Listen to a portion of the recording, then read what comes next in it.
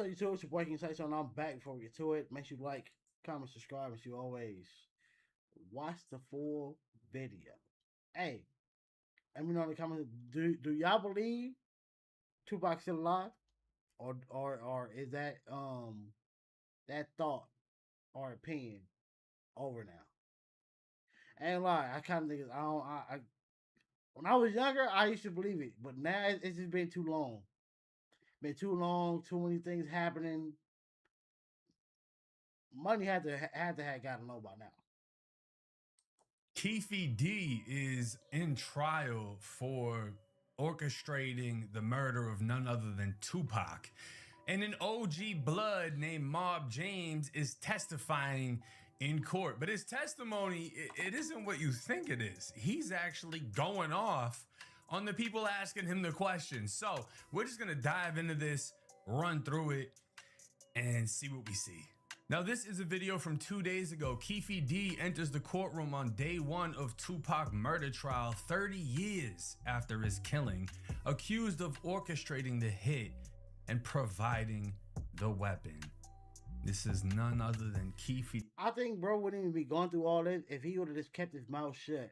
Cause it's like the shit happened, one nobody like convicted of it, and then you was over here just doing all that bragging and podcasting and books and shit. Like, what are you doing? D walking in 30 years after the murder. And I mean, why so late? Well, And sorry to keep pausing, but there is no statute of limitation when it comes to catching a body. You can be 30, 40, 50, 60, 70 years from the date. They'll still come get you, bro. You'll be an old, brittle man, and they'll still come get you. You'll live your last days out in jail. basically, Keefe D couldn't keep his mouth shut. He went on an interview spree talking about everything that happened because his nephew, who we're going to break this down with some pictures so y'all can see who I'm talking about. His nephew is Orlando Anderson, and Orlando is alleged to be the shooter in this situation. Apparently there was a physical confrontation between him and Tupac. Tupac had been around a bunch of gangsters, and for y'all that don't know, Tupac is originally from New York. He was in like plays or musicals, shit like that. He was like an art kid, you know? He wasn't a gangster, he didn't grow up in the streets, none of that. But he moved to Cali and put on this facade. The facade grew as he realized he could monetize it, right? And then he got around some real gangsters. The head of his security was Mob James, who is an OG blood. He was around Suge Knight, who's around all the Mob Pyru. So he got around some gangsters. Well, allegedly, apparently, however you want to say it, he got into an altercation with Orlando, who's a Crip. The story goes he put hands on Orlando. Orlando came back and killed him. And this is the hit squad right here with Orlando's uncle, Keefe. Yeah, because supposedly, I guess Orlando tried to get one of the niggas from Suge Knight thing, Death Row. Supposedly they try to jack him for his chain. Supposedly Orlando did that. So therefore, when they came to Vegas, the nigga that it happened to seen Orlando and went back into the nigga that they tried to get me downstairs. Tupac, what? And then yeah. Keefe D being the one who orchestrated it and supplied the weapon. A few months ago, I realized harder trip shit, it don't now all this shit. And mind you, he was like 20. I think he was 23 when he got killed, right? 23 or 25, which means he was even younger than that when he killed Tupac. And this would state Keefe D middle and his nephew Orlando Anderson far right. Both were Southside Compton Crips that were in the car that gunned down Tupac. Now this right here is the OG Mob James. And I mean, he looks a bit rough, you know. He's not a rich man by far. He lived the street life 110%. But this was him back in the day, next to none other than Suge Knight. This was Mob James. And again, Suge Knight, Tupac, Mob James. You can see he was a big dude like everybody in Cali. They all looked like bodybuilders over there back in the day. This was in... That's really what they used to do. Especially when they went to jail. All the prisons had real workout like gym equipment right there. So that's the only thing that they did. That's why I got rid. I think most of them got rid of that shit now because the prison they was getting too big. Like look at Tuki, that nigga was like nigga was too big, bruh. 1996, this picture. And Mob James, this man right here, was the head of security for Pac. And he's going viral because he's getting heated with Keefe D's attorney because of the type of questions that he's asking him. But I'm not going to play this specific video. And again, here is another throwback photo of Mob James with some other big names, Timmy Root and Buntry. Now, as old as Keefe D is, and even though everybody is basically saying, look, he put himself in this position, when a different witness took the stand, this is how Keefe D reacted. Have a room back here at 3:40. Please rise for the jury. Fucking rat. You call him a rat, but you would say, like, bro, if you're talking about any crime that was committed, and especially when nobody has even been convicted of it, you're snitching. So all the podcasting you was doing, talking about the situation, you were snitching on your nephew, bro. You're snitching on yourself and your nephew. And the niggas who the rest of the niggas out in the car, but people feel like, all right, it's okay because they're not here no more. You don't know if they're okay with that. Me personally, if it was me, I wouldn't care because hey, I'm gone, nigga, bro. Do what you gotta do, even if it can even if that shit help you make a bag. It is what it is. But I'm not gonna act like that shit is not snitching though. That's pretty crazy to be doing, knowing you're on TV, knowing everyone's watching you, and he's literally looking out, calling people rat when he's done, I don't even know how many interviews, and he had books all about this shit. He literally tried to make all of his money off of the killing of Pac because his nephew was the trigger man, not him, and 30 years later, they slapped him with the body. But we have a 36-minute video. What is crazy though when you think about it though, like because again, like even though they like you still will have to prove it, but like the way how they explained it or broke down like how the car was, he was in the front passenger seat, so it couldn't have been. I mean, it still could have been, but according to him, it was the back passenger seat, and it was his nephew, and he reached over the other dude like. Let me see. We'll get back to the thumbnail. Let me see.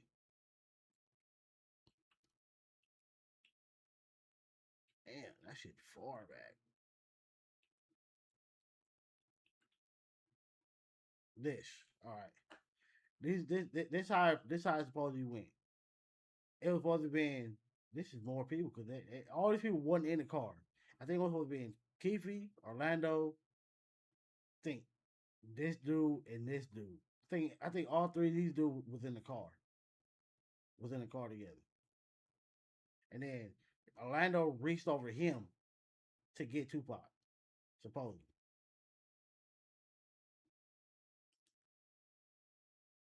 The testimony you're about to give in this section shall be the truth, the whole truth. Bro came to court with a fitted. He looked like he's still dressed like an OG Pyru. Nothing but the truth, so help you God. Yes. You may be seated.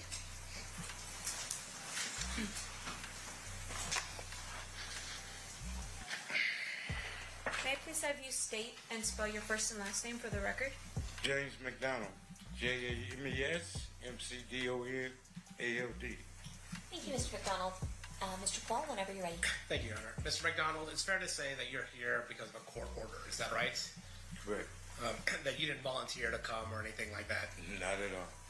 Okay. Not at all. But you were instructed by a court. Not at all. It's important to, point out he didn't voluntarily do this. He was given a court order. If you buck the court order, you get locked up and then they just bring you to court. That you had to attend. Yes. Okay. I want to ask you. Which is crazy that they can do that.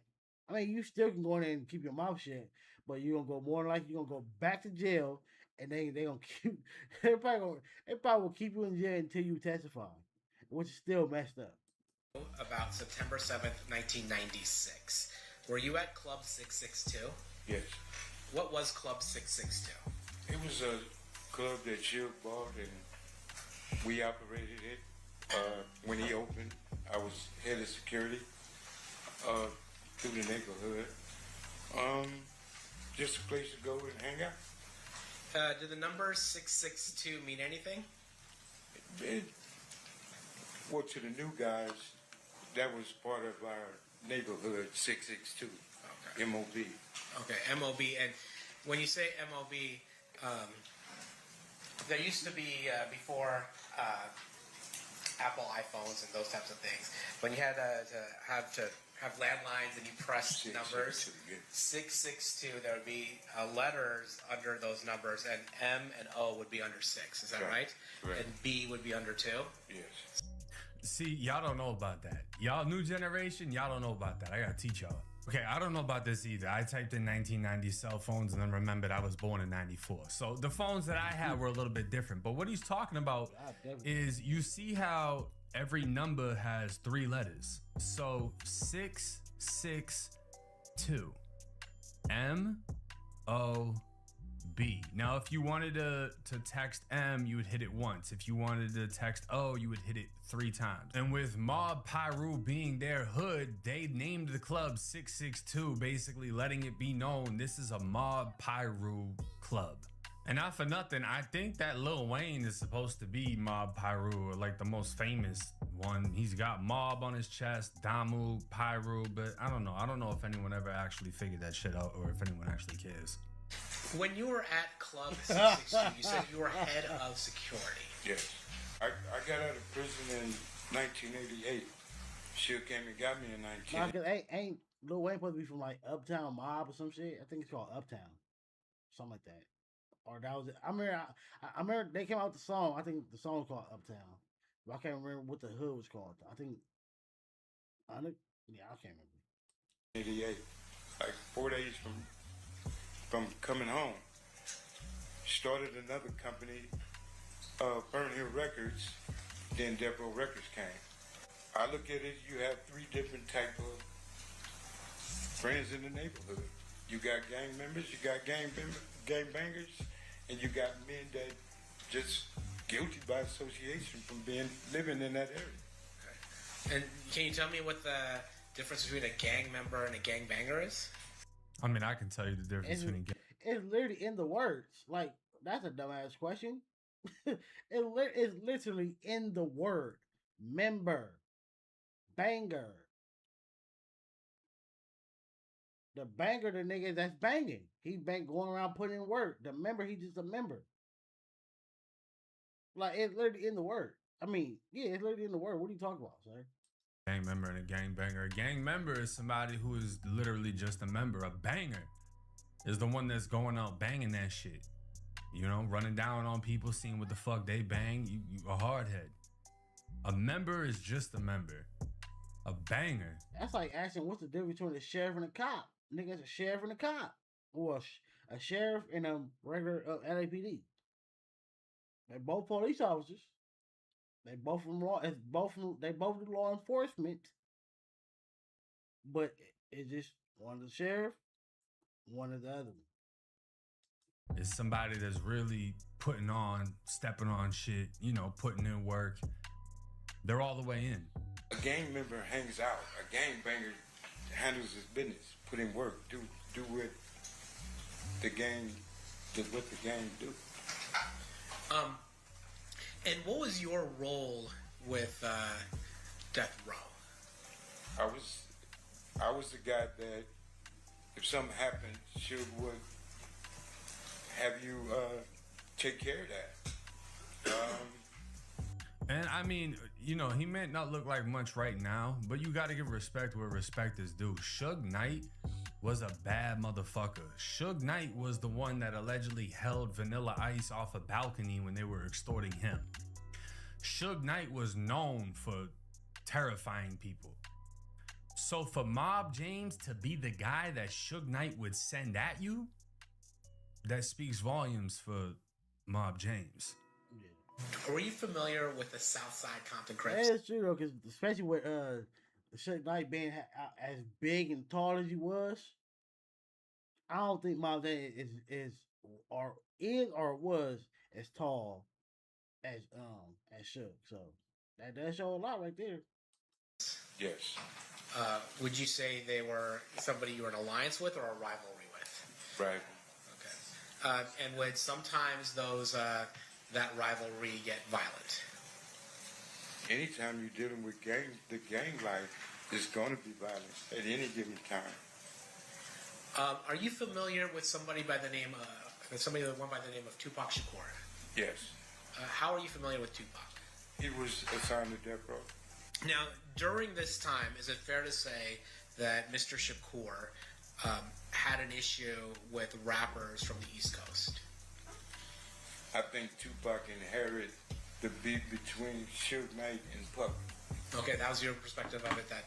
That's all it was. Yeah. And we all fell. Some of us fell victim to it because we allowed ourselves to be a part of the BS, should I say.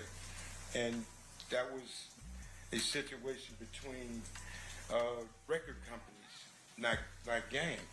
So technically it wasn't our business. But when you had 20 men just fresh out of prison and didn't have a way of getting the things they wanted, getting a paycheck from Suge, we did almost anything and everything to get that paycheck. Yeah, I mean, when you have a record label and every employee on your record label just got out of prison, and this is in the 90s, and all of them are some bad motherfuckers, you can kind of see how this turned into what it turned into. You know what I mean? This wasn't like regular record labels. This was Suge Knight and Diddy, the Diddler. You know what I'm saying? And his prime. These are shit, nigga. Plain and simple, gangbangers who just found a way to how to run a business. That's all it was, bro. Like, either they know regular people, regular 9 to 5, never held a pistol, never banged on nobody, never beat up nobody, never went to jail. Hey, let's start a business. It wasn't that. These are people who are from the street who just learn. Hey, I know. I think I know how to run that, and then make nothing into something. Did in days. Was there another gang that was associated with Bad Boy Records, the East Coast record company that Puffy had? The only one I know of is Southside. And did that escalate the tension between Mob Piru and Southside? At the time, there was no at war, it was peace. And when the two record companies got into it, Bad Boy went to Keefe now, and Suge came to us. So that intertwined everything, and we had issues. One of the most viral things to come out of this whole interaction was when the prosecutors asked him if he was knocked out by Tupac, and his response. Let me ask you something about yourself. I think it's crazy. I mean, besides Suge part, because hey, he's from there. That's a little different versus Diddy, when nigga you just pay, like, I don't know, like, people, they should have thought about that shit. Like, if it went down like that, they should have thought about, like, nigga, I'm not gonna put my hood. I'm not gonna play on my hood drama or conflict for you. You beef with that nigga, and because he just so happens to be from Compton too, that you think I'm gonna pick up your beef with him. No, our beef, we already got beef. But then again, it's like, nigga, we already got beef. There ain't no point in not taking no pay for something that we already gonna do anyway. There's a rumor that Tupac had knocked you out one time. I'd have killed him. That would have been your response if that happened. Yeah, I'm being honest with you and everybody else. I said it on my podcast show. Him, Suge, and my brother. I'd have shot all three of them if he touched me. Why? That's how I was living. He said, him, Suge, and my brother. Savage. There was a knocked down everybody, nigga. Rumor that Tupac knocked you out, would have killed him. And he said it before, multiple times. Niggas say, why did Orlando shoot at him? Man, I'm not finna go back to the hood and a rapper just took off on me. I'm not finna proclaim to be a gangbanger or a gangster or with the business and a rapper just took off on me. To be honest, I'd have did the same motherfucking thing. You is not finna get away with that one, homeboy. Saying Pac knocked me out. Boy, let me tell you something. If Tupac would have touched me, Suge also said him and my brother Buntry laughed at it. If my brother wouldn't have whooped Tupac, knocking me out and socking Suge in his goddamn mouth, I'd have got up, I'd have Buntry, I'd have Tupac, and I'd have Suge, and I'd have Tupac again. You would have your own brother. Yeah. My baby brother. I forgot about that. That was an accident, but That was an accident, though. yeah, but you don't hell yeah, got it. Man, that's how serious this shit is. He's saying straight up, you can't even. Somebody touches you and you don't do something, your whole gangster card revoked. You gonna get DP. Yeah, especially when you are. That's because, especially for them niggas, when you're a high-ranking member or you got this high-ranking story behind you, I guess, or however you want to call it. Nigga, you let Tupac knock you out, nigga? The fuck? By your own homies, if not put off the hood. And that's basically what he's saying for Orlando, who was a Crip. Like, he got hit by Pac and he couldn't let it slide and he went and killed him. Now, for the first half of this, he's gone back and forth with the prosecutor, who seems pretty chill. But now Mob James is actually gonna get into it with Keefe D's own lawyer. At the time you live in Compton, you go back to Compton and you tell us that there was a lot of tension. Can you describe that for us when you went back in terms of what kind of tension we're talking about? You sure you want me to answer that? Is it going to be graphic? No, I ain't gonna. I got ways to word it, but you asking me a question. I don't. And what I explained to them, I don't want to send him to prison. Sure. Even though we don't like each other. Sure. I don't want to send you to prison. So that's why I'm here where I'm at and where I am, because I've changed my life. I'm raising my grandkids, teaching them never to be like their papa.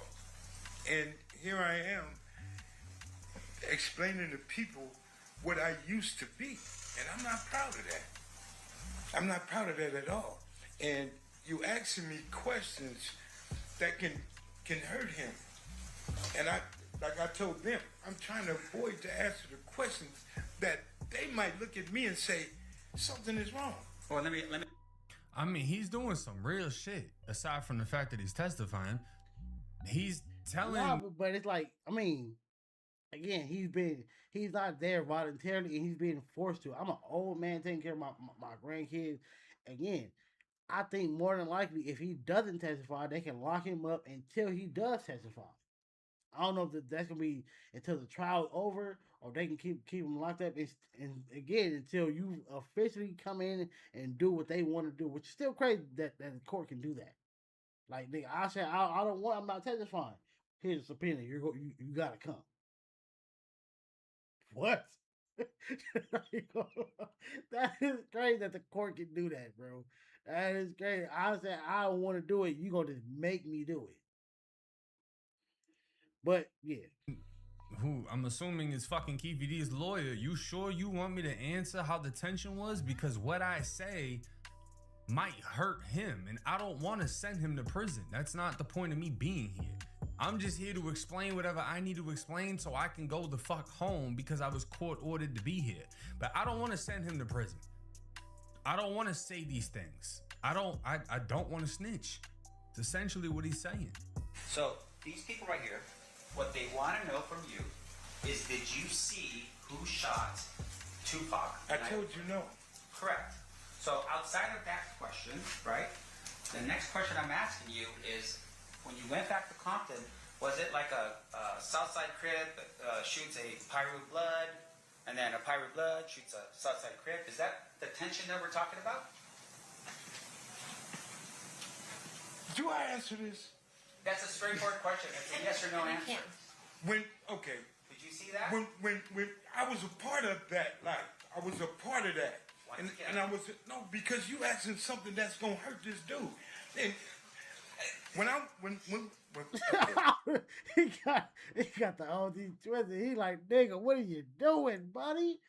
Like, nigga, he's trying his hardest, nigga, not to be end up labeled as a snitch, even though depending on who you are and what you look, how you look at it, it's over. It's too late.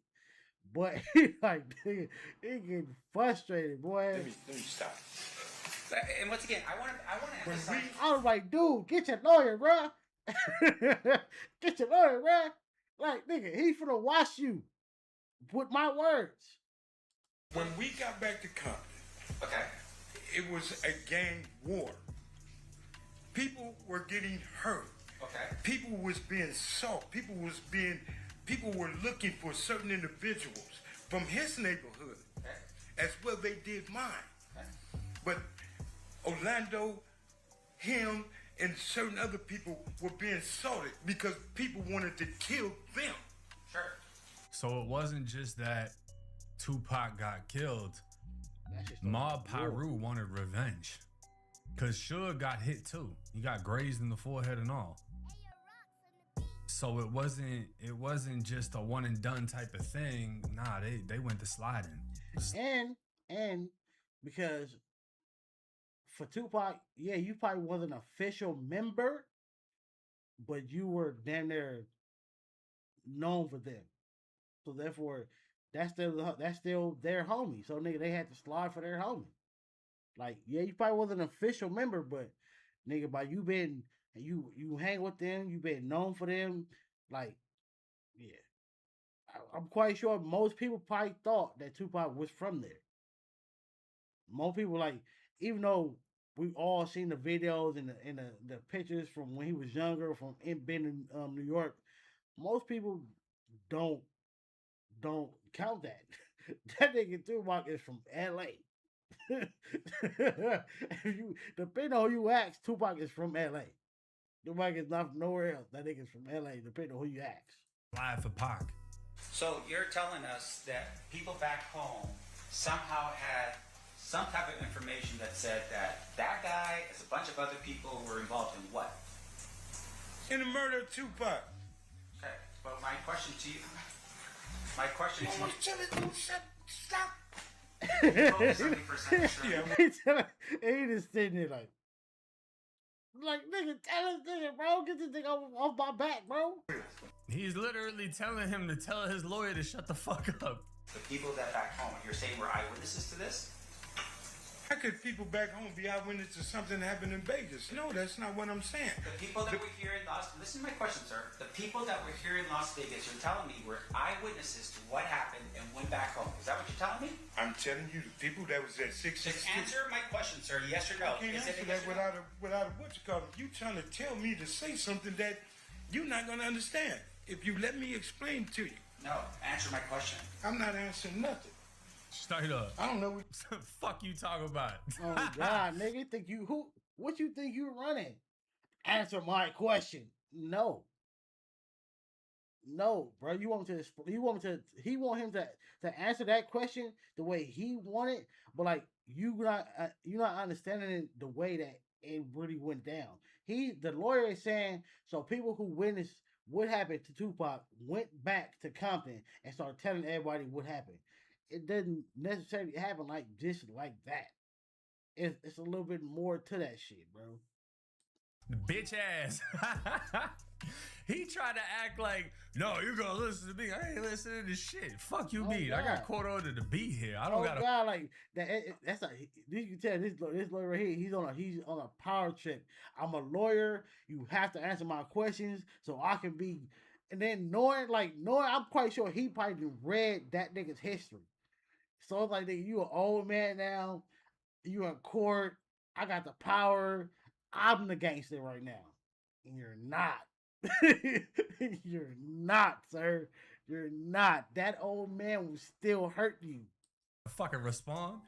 Plead the fifth. Fuck it. What are you talking about? Okay. Okay, Mr. McDonald, focus for a second. No, I am focused. Very Focus on this. My question to you is this.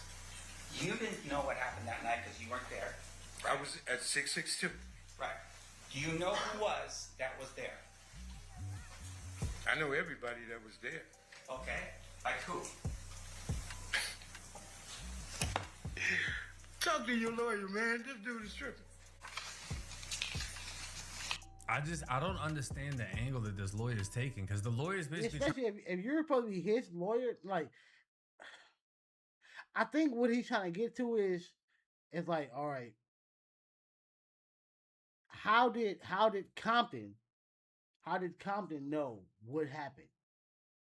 who went back and told what happened? Like, who said that it was him?